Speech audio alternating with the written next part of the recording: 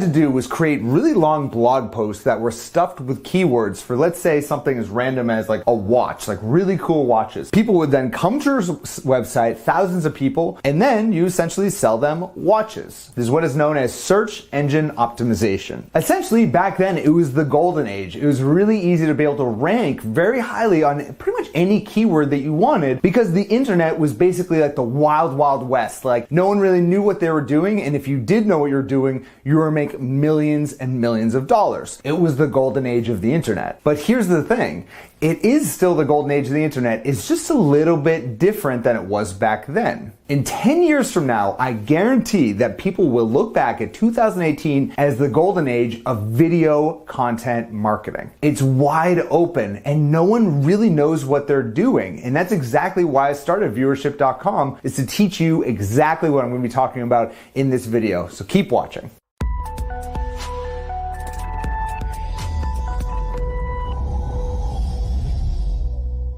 Hey there, my name is Adam Littleche from viewership.com, where I help you exponentially grow your viewership so you can build your business. And this video is all about video content marketing. So let's start by answering the question, well, what is video content marketing? In its most simplest form, really it's just releasing videos that relate to your brand or your business that your prospects, your customers would want to watch. It's simply just releasing videos. There's a lot of different forms of it, but creating videos that people would want to watch that relate to who you are or to your brand and makes people not only more loyal, but in many ways makes them want to buy immediately anything that you're selling. And like I said, blog posts and written content was really like hot back in the day, back in the 2000s. I mean, it still is, and you can still do very well with search engine optimization. But think of that as like the 2D. That's two-dimensional marketing. Video marketing is the future. This is three-dimensional, and not many people are doing it. And if you're able to learn video content marketing, be able to release content consistently, and be able to really connect with your viewership, then you're going to be at the absolute top of any industry you're in, because again, so few industries are actually doing this right. So here's some tips on how to do video marketing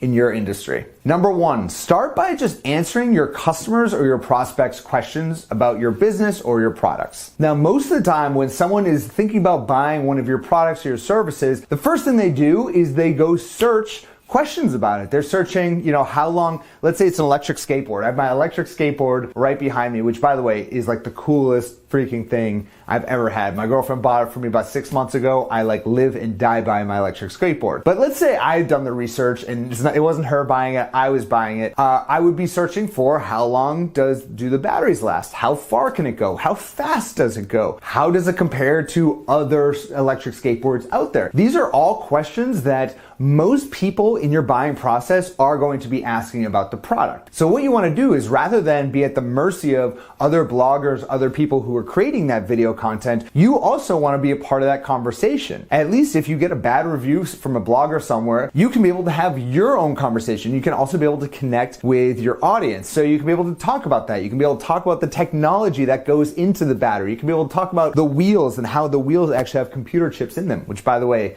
the inboard board, it does. There you go, inboard. That's your little call out. It can have little technology in the wheels themselves. Talk about the remote control. You get the point, right? Guarantee for any product or service that you have or you sell or you're a part of with your brand, you can be able to answer those questions. And if you are selling any type of coaching or consulting, which is kind of my background, then absolutely just give away the information. Just give away all the information you have, the best information you have, and answer your customers' questions. And most of the time, they're gonna be like, wow, that's really good. This person clearly knows what they're doing. I'm just gonna hire them to do it for me. Number two, make sure that you have a business model in place before you're investing in your content marketing. Here's the thing, I have some people reach out to me who are interested in dabbling in a certain business and want to start creating video content and want to kind of jump into it, but they don't really know how they're going to monetize or make money from their viewership. I always tell them that, look, go back to the drawing board, think about how it is that you're gonna actually make money off the video content that you're creating, because what's gonna happen is if you don't have a way of making money, you're gonna start creating videos, and that's gonna be cool. You're gonna be excited about it for a couple months, but once a couple months goes by, you start investing in the production, you start investing in the editing and all that stuff, you're then gonna get to a point where you say, is this really worth it, right? Because it's hard. Creating video content and doing it for marketing yourself or your business, it takes a little bit of work. And unless you have some type of way of getting paid from that,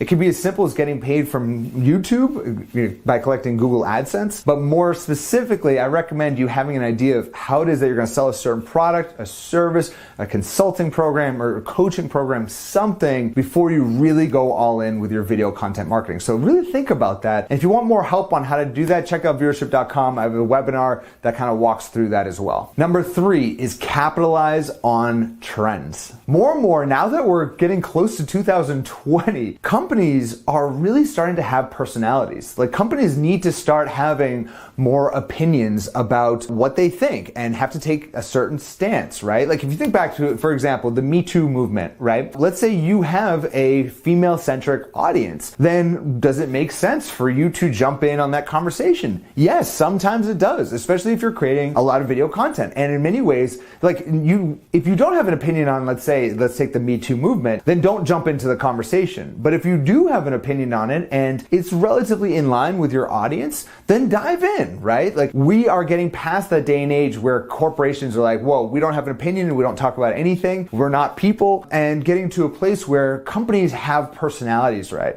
And for you to be able to jump in the conversation is really key. Now, I should say, like, you got to be careful, right? You can get in trouble. You can get in a lot of trouble by voicing your opinions on certain things that are certainly, especially if they're not mainstream. But many times what can happen is when you have a strong opinion, you're going to polarize, and 90% of your audience is going to be psyched and they're going to agree with you, and then 10% are probably going to drop off and not like you. But what you've done is created loyalty. So make sure you do capitalize on trends and don't be afraid to have an opinion. Which leads me to number 4, which is don't be afraid of the haters. Even if you're doing a good job with all your video content marketing, people will hate you. They're gonna absolutely hate you. Ultimately, you wanna go back to that rule. I want the 10-90 rule, okay? Which is, like I said in the last part of the last point, which is you want 10% of people to absolutely hate you and 90% of people to really love you. Controversy is absolutely king, and don't stray away from it. Like, go for it. Push yourself to do it